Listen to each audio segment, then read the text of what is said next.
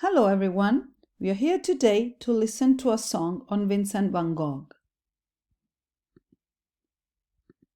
In activity number 1, you listen to the song and write some of the words from the song that you already know. So you listen and watch the video here, and then you go to this link here and write the words that you already know.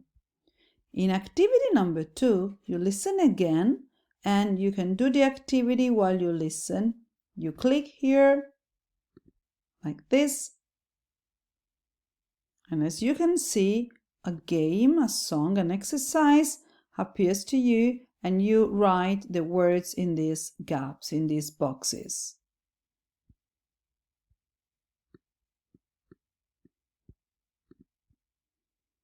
Let's go back now. Then you go on to activity number 3 and you answer the questions. These are all questions about the song and about Van Gogh, and there are also some personal questions. In activity number 4, you can listen to the same song, but this time it is in Italian. Activity number 5, you look at these two paintings. They are both by Van Gogh, and then you answer to these questions here.